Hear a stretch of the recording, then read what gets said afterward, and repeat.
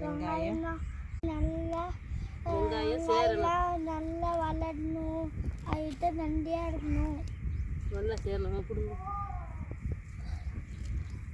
அப்படியே உதறு, உதறி இந்த கையில் வை, அந்த கையில் இப்படி பிடிங்க, இப்படி வை.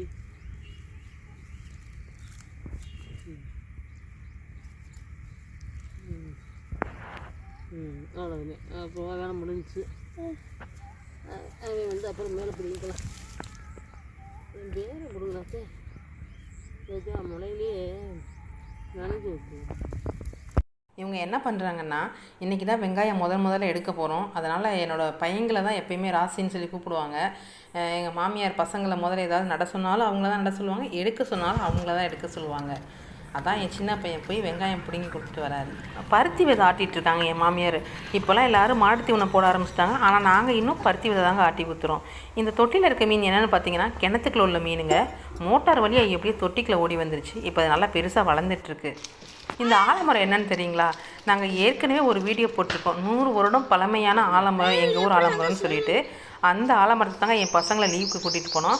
என் பெரிய பையன் வந்து நான் கண்டிப்பாக அதில் தூரி ஆடுவேன்னு சொல்லி ஆடிட்டுருக்காரு.